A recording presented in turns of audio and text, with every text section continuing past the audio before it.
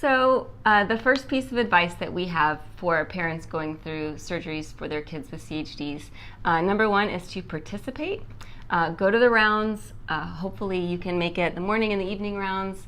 It's really good to be involved in those. You're their best advocate. You're the constant eyeball on what's going on all day. These doctors and nurses are on shifts. They have days off, and you really have a lot of opportunity to weigh in on what you've noticed, and you have a strong voice to advocate for your child.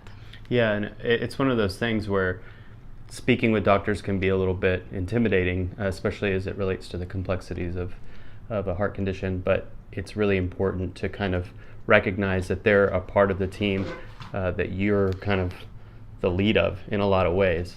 So having those discussions with the doctors, drilling into points that aren't clear, and also questioning process or procedure oftentimes can be very important to the health of your child. Yeah, they're fallible, so you're a valuable piece of the puzzle. The second piece of advice that we have is to expect the unexpected. I hadn't prepared for that. I thought I'd prepared for everything there was to know about it. I knew exactly how many surgeries she was supposed to need and how long they should all take to recover from, and I found the right center, I thought. And you don't plan on things you didn't plan for. So the biggest, toughest lesson for me was realizing that I couldn't control everything. I thought I'd made the perfect plan and could make sure everything happened as planned, and that was a harsh lesson for me to learn, but one that anyone should know.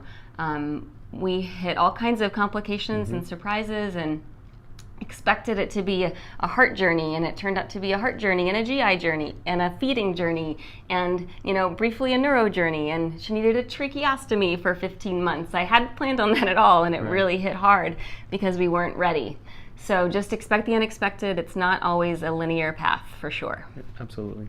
Yeah. And lastly, related to that, when things don't go as planned and you're up in arms about what's going on, make sure you're practicing self-care. You can't be there every second of the day.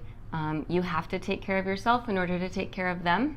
So do what you need to do, if it's as small as a walk around the grounds or taking a night off and grabbing some wine with your friend. Rely on your support system. Take the breaks that you need, because if you're not strong for them, they can't be strong for you. So do what you need to do there. Yeah, and for me, that point is really important to kind of self-care. It's used a lot in culture these days, but I feel like, well, how do you do it? And I think some of the practical things I'd throw at you is making sure that you're finding the people that you trust to be in hospital with you when you do need to check out, because again, this continuity of care thing is really important. And so having people that you trust that are kind of following the ball the same way gives you the opportunity to get out there. So, creating a little bit of a team that you can kind of rely on as much as possible, whether it's family or friends, whoever that can be there to give you a little tag out. Yeah. It's a hard road, but you can do it.